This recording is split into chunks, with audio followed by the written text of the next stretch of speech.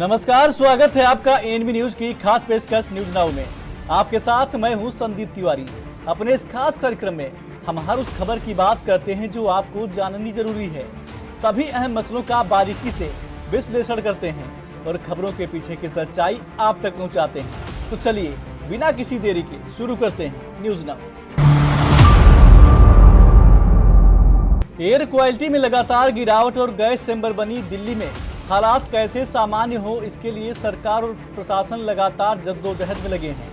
इसी बीच दिल्ली के पर्यावरण मंत्री गोपाल राय ने केंद्र सरकार के पर्यावरण मंत्री को कृत्रिम बारिश के लिए फिर चिट्ठी लिखी है। गोपाल राय का कहना है कि दिल्ली में ग्रेप 4 की पाबंदियां लगाई गई हैं। पॉल्यूशन फैलाने वाली गाड़ियों पर प्रतिबंध लगाया गया है। आपको बता दें कि लगातार स्मॉग की चादर को हटाने के लिए प्रयास किए जा रहे हैं। बावजूद इसके स्मॉग में कमी नजर नहीं आ रही है। रिपोर्ट देखिए।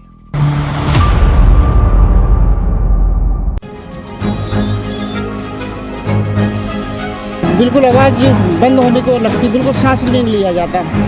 तो बहुत ही गंभीर है दिल्ली का मामला।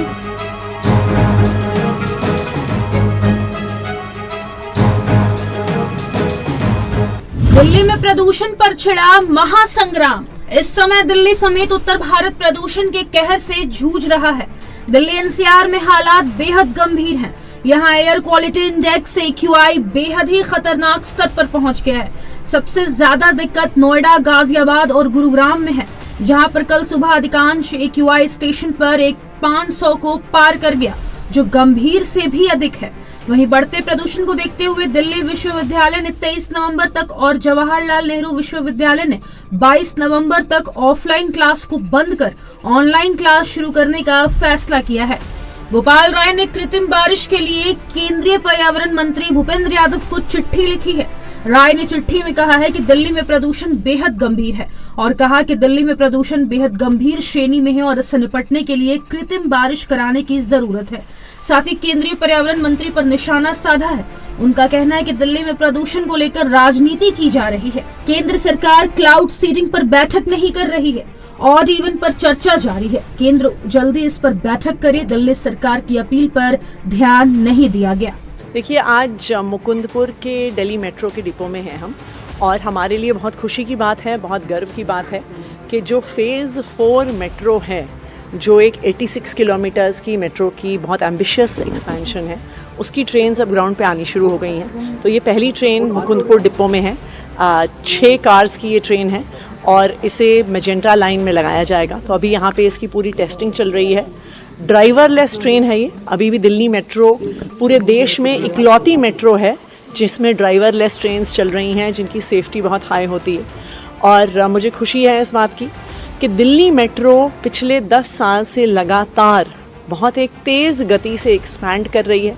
दिल्ली के कोने कोने में पहुंच गई है। दिल्ली से बाहर भी एनसीआर के अलग अलग हिस्सों में पहुंच गई है। मुझे लगता है कि दिल्ली का विकास भी उसी गति से चल रहा है जितनी स्पीड से दिल्ली मेट्रो दौड़ती है। मैम, वही इससे हटकर पॉल्यूशन को लेकर सवाल है कि जिस तरीके से ग्रैप 4 लागू किया गया है, ग्राउंड पर वो अच्छे से उनके नियमों का पालन किया जाए, इसको लेकर दिल्ली सरकार क्या तैयारी करती है? देखिए, दिल्ली सरकार लगातार ग्रैप 4 से पहले ग्रैप 1, 2, 3 की इम्प्लीमेंटेशन पर भी बहुत तैनात रही है, सख्ती से उसको इम्प्लीमेंट कर रही है। मेरा तो आग्रह रहेगा कि जो एनसीआर की बाकी स्टेट्स हैं, वहाँ पर ये सच्चाई है कि ग्रैप का बिल्कुल भी इम्प्लीमेंटेशन नहीं होता है। चाहे डीजल बसेस चलना है, चाहे कंस्ट्रक्शन चालू रहना है, चाहे डस्ट रिलेटेड एक्टिविटीज़। तो मेरा तो ये आग्रह रहेगा कि बाकी स्टेट्स जो एनसीआर में हैं, चाहे हरियाणा है, राजस्थान है, उत्तर प्रदेश है, वो भी ग्रैप को इम्प्लीमेंट करें। और दूसरा, मेरी तो केंद्र सरकार से यही विनती है कि जब तक केंद्र सरकार सामने नहीं आएगी, स्टबल बर्निंग को बाकी स्टेट्स में नहीं रोकेगी, तो जो पूरे नॉर्थ इंडिया में, चाहे आप पंजाब, हरियाणा, उत्तर प्रदेश, राजस्थान, मध्य प्रदेश, पटना तक लेकर जो एक ही कोहरा छाया हुआ है, इसका कोई समाधान नहीं निकले। देखिए, ये एक प्रकार से आपातकाल थोपना है। गलती आपकी, गलती अरविंद केजरीवाल जी के सरकार की, उनकी कर्मण्यता से, और उसका परिणाम भुगते दिल्ली। तो ये अब यहाँ तो हम कोई शब्द नहीं बचते हैं जिससे हम इनको कंडेम करें, इनकी निंदा करें। मेरा मानना है कि अब हम सबको जगना चाहिए। आम आदमी पार्टी के भरोसे दिल्ली की जो बदहाली हुई है उसको शब्दों में नहीं बताया जा सकता। हम 2 मिनट के लिए एक बाइट देने के लिए भी मास्क नीचे करते हैं तो ऐसा लगता है कि हम एक मिनट में 200 सिगरेट का धुआं अंदर ले जा रहे हैं। इतना खतरनाक होता है सिगरेट पीना। और हमारा रिपोर्ट कह रहा है कि 200 सिगरेट के बराबर आदमी हर 1 से 1.5 मिनट में इनहेल कर रहा है गंदगी। अब उसमें हम इस समय क्षणिक रूप से लोगों को बचाने के लिए उनको मास्क डिस्ट्रीब्यूट कर रहे हैं, मगर इसका परमानेंट समाधान होना चाहिए, वो भारतीय जनता पार्टी करेगी। सर कल दिल्ली जो है पंजाब में जो पराली जलाने के आंकड़े हैं वो सामने आ रहे हैं। अगर हम पर्टिकुलर एक दिन की बात करें कल की, तो पंजाब में इतने आंकड़े सामने आए जो पिछले 2 सालों में ऐसा नहीं हुआ। इस पर आपका क्या कहना है? सर, जिन लोगों को सिर्फ बयान देना है, काम नहीं करना है, उनसे अपेक्षा क्या करें। आज दिल्ली के साथ साथ पंजाब में जहां है उनकी स्थिति को देख लीजिए और दूसरे राज्यों की स्थिति देखिए। Everybody is trying to minimise the pollution. यहाँ है कि ये बढ़ाने में लगे हुए हैं।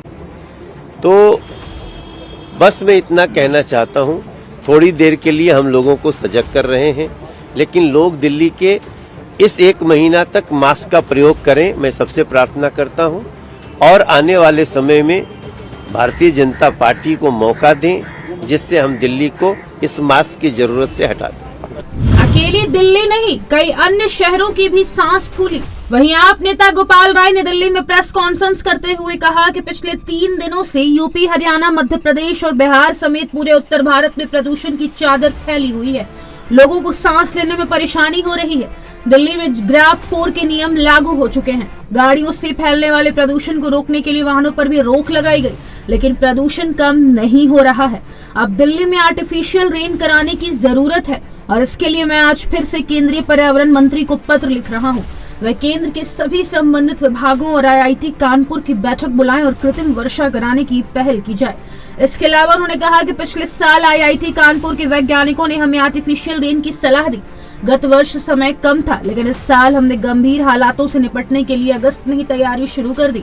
हमने दिल्ली में इमरजेंसी हालातों से निपटने और कृत्रिम वर्षा कराने के लिए अगस्त से ही केंद्र सरकार और केंद्रीय पर्यावरण मंत्री को पत्र लिखे, लेकिन उन्होंने ना ही इन पत्रों का कोई जवाब दिया और ना ही कोई बैठक बुलाई। पिछले 3 दिनों से पूरे उत्तर भारत में, चाहे वो उत्तर प्रदेश हो, दिल्ली हो, हरियाणा हो, पंजाब हो, राजस्थान हो, इवन बिहार तक, पूरे उत्तर भारत में इस स्मॉग की चादर आसमान में फैली हुई है, जिसकी वजह से जो प्रदूषण के पार्टिकुलेट मैटर हैं, PM10 और PM 2.5, वो वायुमंडल में डिस्पर्स नहीं हो रहे और उसकी वजह से आज उत्तर भारत के लोगों के सांसों पर संकट गहरा हो गया है। बुजुर्गों को सांस लेना मुश्किल हो गया है। बच्चों के सांसों के सिस्टम पर उसका नेगेटिव इंपैक्ट पड़ रहा है। ऐसे में दिल्ली के अंदर, दिल्ली के चारों तरफ ग्रैप 4 के नियम लागू कर दिए गए। दिल्ली के अंदर भी हम ये कोशिश कर रहे हैं कि कैसे व्हीकल पोल्यूशन को कम करने के लिए ज्यादा से ज्यादा गाड़ियों पर रिस्ट्रिक्शंस लगाया जाए और उसके लिए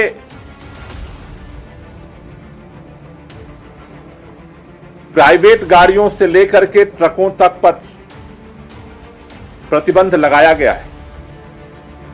लेकिन हमने कल से तमाम एक्सपर्ट से बात की ये जो स्मॉग की चादर जो छाई हुई है, इसको कैसे तोड़ा जा सकता है?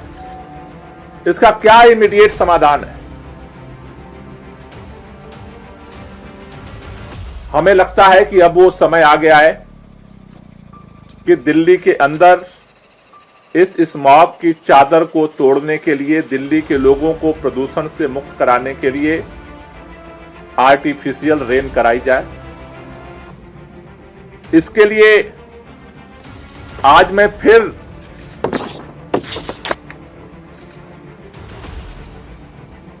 भारतीय जनता पार्टी की केंद्र सरकार में पर्यावरण मंत्री माननीय भूपेंद्र यादव जी को चिट्ठी लिख रहा हूं कि तुरंत केंद्र सरकार इमरजेंसी मीटिंग कॉल करे। हमें इस बात का दुख है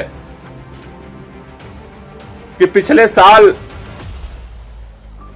इमरजेंसी सिचुएशंस जब आई थी, हमने आईआईटी कानपुर के साइंटिस्ट के साथ मीटिंग की। उन्होंने हमें एक प्रस्ताव दिया था कि आर्टिफिशियल रेन के लिए इन डिपार्टमेंट्स की परमिशन की जरूरत पड़ती है।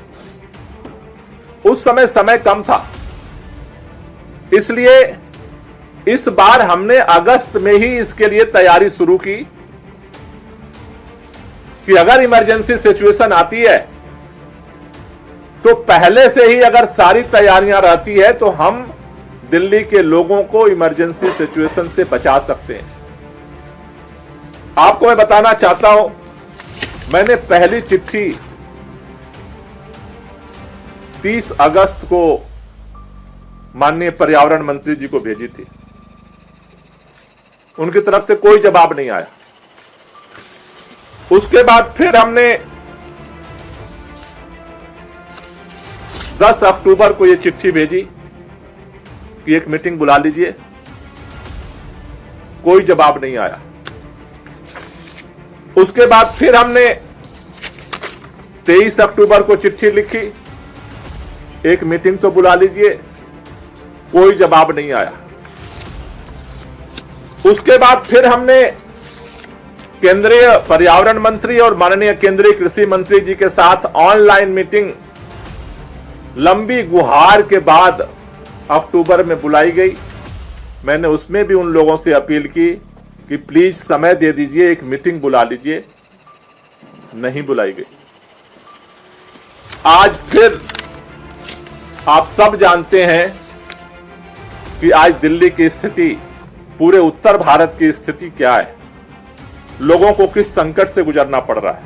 एक मेडिकल इमरजेंसी की स्थिति पैदा हुई है और उसमें जितने साइंटिस्ट से हमने बात की है कि जो ये लेयर है, ये जो स्मॉग की चादर है, अगर ये जब तक नहीं टूटती है, इसका दो ही उपाय है। या तो इतनी तेज हवा चले कि उस स्मॉग की चादर को तोड़ दे, या फिर दुनिया के अंदर बहुत सारे जगहों पर जो एक्सपेरिमेंट हुआ है कि या तो पानी आर्टिफिशियल रेन के द्वारा उस लेयर को तोड़ा जा सकता है या फिर नेचुरल बारिश हो जाए। भारत को प्रदूषण से मुक्त दिलाने के लिए बुलाई जाए इमरजेंसी मीटिंग। आज केंद्र में बीजेपी शासित एक ऐसी सरकार बैठी है जिसे उत्तर भारत के लोगों को प्रदूषण से राहत दिलाने तक की फुर्सत नहीं है। आर्टिफिशियल रेन कराए जाने को लेकर केंद्रीय पर्यावरण मंत्री को बैठक बुलाने तक का समय नहीं है। मैं इस बाबत उन्हें 4 पत्र लिख चुका हूं, लेकिन उन्होंने इसका जवाब तक नहीं दिया। मैं पीएम मोदी से निवेदन करता हूं कि समस्त उत्तर भारत को प्रदूषण से मुक्ति दिलाने के लिए इमरजेंसी मीटिंग बुलाई जाए और लोगों को राहत दिलाई जाए।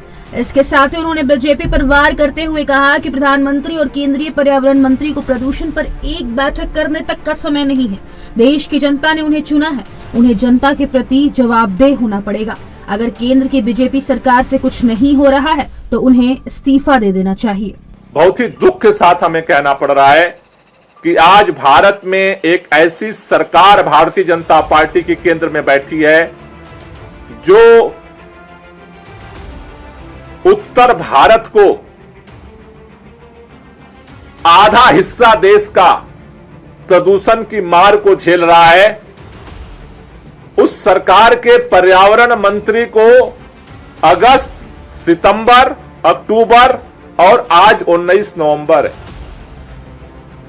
लगातार अपील करने के बावजूद भी, चिट्ठियां लिखने के बावजूद भी, लगातार प्रयास करने के बावजूद भी एक मीटिंग बुलाने की फुर्सत नहीं है। आर्टिफिशियल रेन होगी नहीं होगी, कैसे होगी, यह निर्णय तो अभी मीटिंग के बाद तय होगा। परमिशन केंद्र सरकार देगी या नहीं देगी, यह भी मीटिंग के बाद तय होगा। लेकिन भारतीय जनता पार्टी की सरकार और भारतीय जनता पार्टी के केंद्रीय पर्यावरण मंत्री के पास एक बैठक बुलाने की फुर्सत नहीं है, या जानबूझ करके नहीं बुलाई जा रही है, यह समझ के परे। शायद हमने विदेश में भी किसी दूसरे देश के मंत्री से भी इतना अगर रिक्वेस्ट की होती तो वो भी मीटिंग बुला लेते। लेकिन हमारे देश की केंद्र की भाजपा सरकार के मंत्री के पास एक मीटिंग बुलाने का समय नहीं है। मीटिंग छोड़ो, 4 चिट्ठियां मैंने आपको दिखाई हैं। इन चिट्ठियों का आज तक जवाब भी नहीं आया कि वो मीटिंग बुलाएंगे भी कि नहीं बुलाएंगे। ये है भारतीय जनता पार्टी की लापरवाही। मैं आज निवेदन करना चाहता हूं और देश के माननीय प्रधानमंत्री जी से भी कहना चाहता हूं कि हस्तक्षेप करिए। देश आपके हवाले है, पूरा आधा देश परेशान है इस इमरजेंसी, मेडिकल इमरजेंसी से। अपने मंत्री साहब को बोलिए कि एक मीटिंग तो बुलाएं, और अगर नहीं मीटिंग बुलाना चाहते हैं तो ये जो पूरी चादर छाई हुई है उत्तर भारत में, इसका समाधान निकालें। उनके पास अगर कोई और समाधान है तो उसका समाधान निकाल करके, हमें इमरजेंसी मेडिकल से मुक्ति चाहिए, इस प्रदूषण के संकट से मुक्ति चाहिए। अगर मोदी जी के पास, मोदी जी की सरकार के पास, केंद्रीय पर्यावरण मंत्री के पास अगर कोई और समाधान है तो हमें समाधान चाहिए। आप ऐसे कैसे बात कर सकते हैं, कब जवाब आएगा? देश के प्रधानमंत्री को कोई जवाब दे ही नहीं है, केंद्र के पर्यावरण मंत्री कोई जवाब दे नहीं है, कब जवाब आएगा पता नहीं। क्या मतलब होता है इस बात का? इस बात का मतलब क्या होता है? पूरा उत्तर भारत जो है वो इमरजेंसी से गुजर रहा है, आप कह रहे हो पता नहीं कब जवाब आएगा। आप क्या करोगे बता दो, आप क्या करोगे बता दो। जवाब क्यों नहीं आएगा? क्या भारतीय जनता पार्टी की केंद्र की सरकार को लोगों ने वोट नहीं दिए हैं, या केंद्र की सरकार लोगों ने बनाई नहीं है? इसका मतलब क्या होता है? कब जवाब आएगा, कब जवाब आएगा? देश की हुकूमत में बैठी हुई सरकार चूं तक बोलने को तैयार नहीं है, और बोले चलो छोड़ो वो तो जवाब नहीं देंगे, क्या फर्क पड़ता है? आप बताओ क्या करोगे? अगर आज केंद्र की सरकार कुछ नहीं करेगी देश के लोगों के लिए तो कब करेगी? इसलिए केंद्र की सरकार बनती है। अगर कुछ नहीं कर सकती है तो इस्तीफा देना चाहिए सरकार को। दिल्ली के मंत्री की टिप्पणी ऐसे समय में आई है जब आज दिल्ली देश में सबसे प्रदूषित शहर है। राष्ट्रीय राजधानी में धुंध की मोटी परत छाई हुई है। वायु गुणवत्ता सूचकांक यानी AQI कई क्षेत्रों में गंभीर प्लस श्रेणी के अंतर्गत खतरनाक स्तर पर पहुंच गया। दिल्ली में सबसे सख्त ग्रेडेड रिस्पांस एक्शन प्लान यानी GRP4 के तहत प्रतिबंधों को लगाने के बावजूद कई क्षेत्रों में AQI 500 अंक तक पहुंच गया। Special desk ANB news. Maharashtra Jharkhand में चुनाव प्रचार बंद हो चुका है और वहीं 20 नवंबर को पहले चरण के चुनाव के लिए वोट डाले जाएंगे। लेकिन इस बीच आरोप प्रत्यारोप का दौर अभी तक जारी है। दोनों दलों के दिग्गज नेता किसी न किसी तरीके से एक दूसरे पर आरोप लगाने का सिलसिला जारी रखे हुए हैं। यहां तक कि कांग्रेस नेता ने तो चुनाव आयोग पर निशाना साधने से भी परहेज नहीं किया। रिपोर्ट देखिए। जो समाज को बांटते हों कभी वोट नहीं करेंगे। केंद्रीय मंत्री गिरिराज सिंह ने कहा कि बुधवार को महाराष्ट्र और झारखंड में चुनाव है। महाराष्ट्र की जनता निर्णय ले चुकी है कि वो कभी भी इन लोगों को जो रोहिंग्याओं का समर्थन करते हों, जो समाज को बांटते हों, कभी वोट नहीं करेंगे। योगी आदित्यनाथ ने कहा है, एक रहोगे तो सेफ रहोगे, बटोगे तो कटोगे। मैं झारखंड के लोगों से प्रार्थना करता हूं, अपील करता हूं, निवेदन करता हूं कि जब कल आप मतदान करने जाएं तो केवल MLA चुनने नहीं जाएं, बल्कि अपने बच्चों के भविष्य के लिए जाएं, अपनी बहू बेटियों की इज्जत के लिए जाएं। ये JMM कांग्रेस दुमका क्षेत्र को बांग्लादेश बनाना चाहते हैं, झारखंड के बांग्लादेश बनाना चाहते हैं और रांची को कराची बनाना चाहते हैं। महाराष्ट्र और झारखंड में चुनाव है कल। महाराष्ट्र की जनता निर्णय अब ले चुकी है। वो कभी भी इन लोगों को जो रोहिंग्या का समर्थन करते हो जो समाज को बांटते हो राहुल गांधी, कभी इनको वोट नहीं करेगा। और योगी जी ने जो कहा है, एक रहोगे सेफ रहोगे, बटोगे तो कटोगे।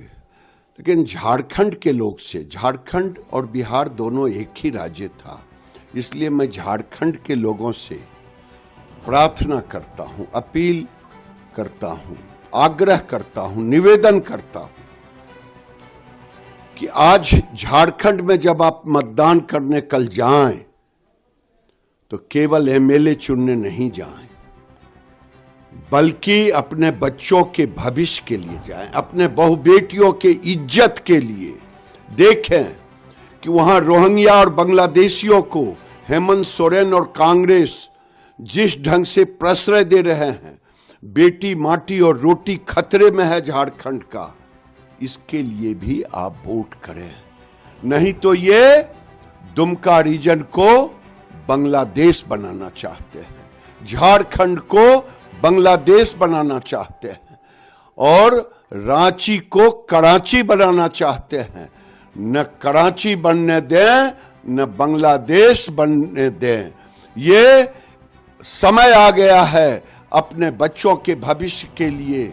वही नारा, एक रहोगे तो सेफ रहोगे, बटोगे तो कटोगे, ये जरूर ध्यान में रखना। ये लोग बांटने वाले हैं, हम कटने को अब तैयार। बीजेपी के पास बांटने और काटने के अलावा कोई दूसरा विकल्प नहीं है। झारखंड विधानसभा चुनाव पर आरजेडी सांसद मनोज कुमार झा ने कहा कि हेमंत सोरेन को जेल भेजना, उसके बाद जितनी योजनाएं लागू हुई है उससे एक तरफा माहौल है। भाजपा के पास बांटने और काटने के अलावा कोई दूसरा विकल्प नहीं है और वो विकल्प हार जाएगा। बिहार उपचुनाव पर उन्होंने कहा कि 23 नवंबर को जब नतीजे आने शुरू होंगे तब लोगों के पांव के नीचे से जमीन निकल जाएगी। वहीं असम के मुख्यमंत्री और झारखंड चुनाव के लिए भाजपा के सह प्रभारी हेमंता बिस्वा शर्मा ने कहा कि कल प्रचार समाप्त हो गया। मैंने पिछले 4 महीने यहाँ बिताए हैं और मैं इस उम्मीद के साथ गुवाहाटी लौट रहा हूँ कि 23 नवंबर को मुझे यहाँ फिर आने का मौका मिलेगा और झारखंड में विकास का एक नया युग शुरू होगा।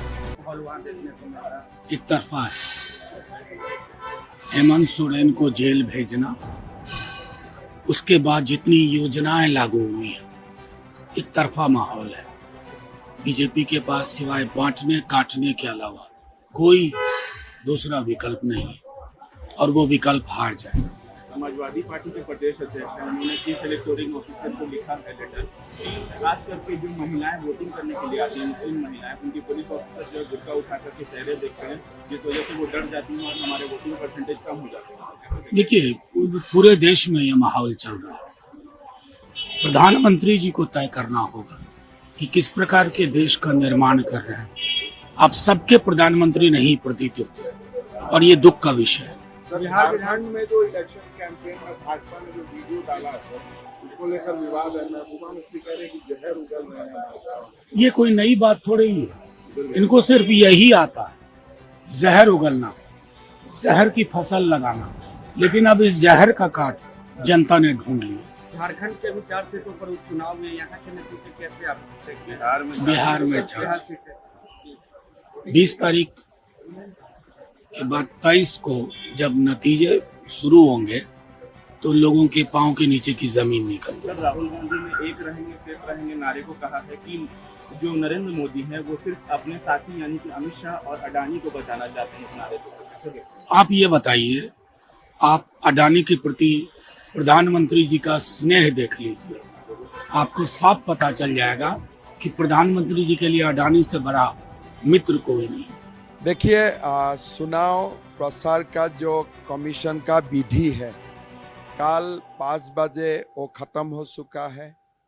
मैं पॉलिटिकल टिप्पणी या कोई भी चीज़ जो चुनाव से जुड़े हुए है उसमें मैं कुछ नहीं बोलूँगा।